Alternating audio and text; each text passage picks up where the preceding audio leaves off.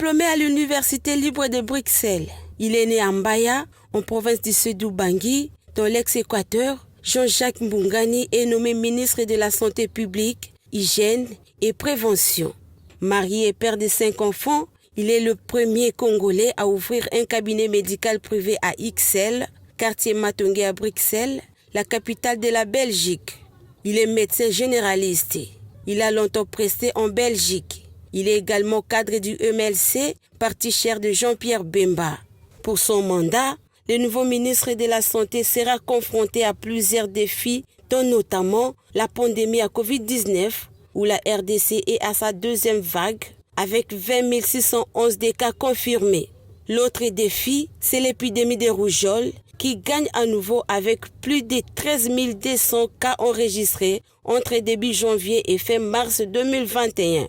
Sans compter d'autres qui sont sous surveillance dans le pays comme le choléra, le chikungunya, le monkeypox et le paludisme. Il devra tout mettre en œuvre pour performer le système médical congolais le plus piètre d'Afrique. En République démocratique du Congo, les acteurs de la société civile et les membres de l'International Land Coalition se sont retrouvés à Kinshasa pour mener des réflexions autour de l'institution de la stratégie nationale d'engagement ESNE pour la période 2019-2021. Cette initiative qui voudrait de nouveau relancer et qui fait appel à toutes nos organisations mérite effectivement notre attention, notre appui, et l'autorité coutumière reste disposée à faire partie de cet acte constitutif, de donner l'énergie de ce qui est nécessaire pour qu'une fois pour toutes, la réforme attendue au niveau foncier, au niveau environnement, au niveau mine, au niveau tout ce qui touche à la base, qui est la terre, qui est l'autorité traditionnelle, puisse trouver une fois pour toutes son chemin au profit des populations congolaises.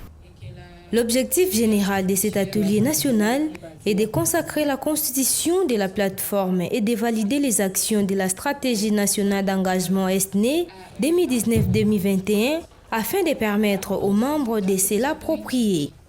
Au niveau de la SNE, nous avons une diversité et cette diversité-là rend particulière la SNE parce que au niveau de la CONAREF, c'est vrai, on a des groupes multi-acteurs qui également sont la cible de la SNE. Mais ici à la SNE, nous n'allons pas nous arrêter à la seule loi, à la seule loi ou à la seule politique foncière. Donc la SNE va continuer à travailler à mobiliser les communautés, à mobiliser tous les acteurs autour d'autres questions qui regardent la terre et les communautés. Le cobalt est un minéral stratégique important qui est largement utilisé dans les domaines des véhicules à énergie nouvelle et des batteries au lithium. Actuellement, il a été prouvé que les minéraux du cobalt qui ont déjà été exploités sont d'une faible teneur et que son coût de production est moyen. Au marché international, où ces produits sont vendus, une tonne métrique du cuivre se négocie actuellement à 8 146 $ américains et la tonne du cobalt à 34 900. Pour les géants de ces business, les différentes perspectives des pays devraient plus que jamais encourager les investisseurs à s'intéresser au potentiel de plusieurs régions du monde réputées riches en minerais. Au terme d'un accord annoncé le 11 avril 2021, Shine Technology, une société chinoise de production de batteries lithium, va débourser 137,5 millions de $ pour sa participation dans l'une des plus grandes réserves de cobalt en République démocratique du Congo. Au cours de la conférence mondiale sur le cuivre, Robert Friedlein, le patron d'Ivano Mine, a insisté sur la demande grandissante de cuivre observée dans le monde, appelant donc d'importantes dépenses dans l'exportation et production. Il a renseigné que plusieurs métaux, dont le cuivre et le cobalt, ont été identifiés par son entreprise comme absolument nécessaires dans la lutte contre le changement climatique. Le métal rouge est par exemple utilisé dans les véhicules électriques et dans la production d'énergie éolienne. Des secteurs considérés comme des atouts dans la réduction des émissions de gaz à effet de serre. C'est donc une question de sécurité nationale pour assurer au mieux la transition énergétique. Selon le comité de conjoncture économique, la RDC a produit 85 millions 855 tonnes de cobalt en 2020 contre 77 963 tonnes en 2019. Plus de 1 587 000 tonnes de cuivre en 2020 contre plus de 1 420 000 tonnes en 2019, soit une augmentation de production minière de minimum 10% en 2020. Le forage d'eau, une chance pour la République démocratique du Congo. Le manque d'eau potable est visible pour la majeure partie de la population congolaise. Cette réalité est aussi bien en milieu rural qu'en ville où le robinet s'assèche parfois de bonnes semaines. Par conséquent, les foyers vivent sans eau. Depuis plus d'une décennie, le salut vient de puits de forage, une pratique très répandue dans la ville. Pour ce faire, le particulier ou groupe d'individus s'unissent pour créer des forages manuels et artisanaux, question de se garantir en eau. Selon les quartiers et le niveau de vie, cette eau devient parfois unique pour la boisson et autres travaux ménagers, et sa qualité ne peut se vérifier. Un véritable débrouille comme on peut. Nous pouvons toutefois constater que depuis l'eau potable s'est fait rare et étrangère pour plus d'un Congolais, les forages d'eau ont également généré un véritable business. Le risque enregistré est la maladie, du fait que cette eau n'est pas traitée, car cette eau superficielle est facilement souillée, non seulement exposée aux éboulements et érosions, mais aussi ces puits sont suspects en cas d'épidémie d'être le vecteur de maladie.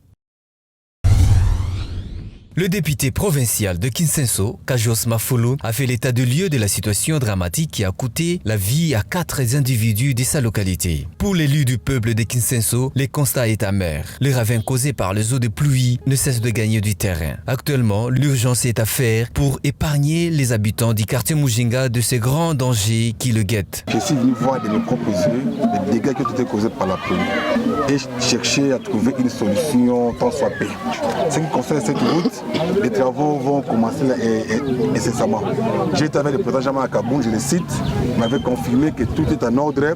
Les semaines qui vont suivre, les travaux vont continuer. Maintenant que tout est tiré au clair, c'est notable à affirmer que ce tronçon, qui contribue sensiblement au développement économique et social de la ville, sera dans un bref délai de nouveau praticable. Trouver des solutions tant soit peu peut prendre plusieurs mois, mais en un premier temps, ce député a apporté son moyen de bord pour commencer à réduire le risque. Je suis venu dans ma gibecière avec un lot de 500 dans un premier temps. Nous allons encore lutter pour qu'il y ait beaucoup de sacs, pour que nous puissions lutter en attendant que l'État intervienne. L'arrêt de ces travaux était dû aux problèmes financiers. Là, je suis très clair avec vous. Mais nous avons milité. Dans les jours qui viennent, tout va redémarrer en ordre et en normal. La population a profité de la présence de cette autorité pour faire parvenir leur désir le plus cher, celui de voir les travaux de ce chantier reprendre.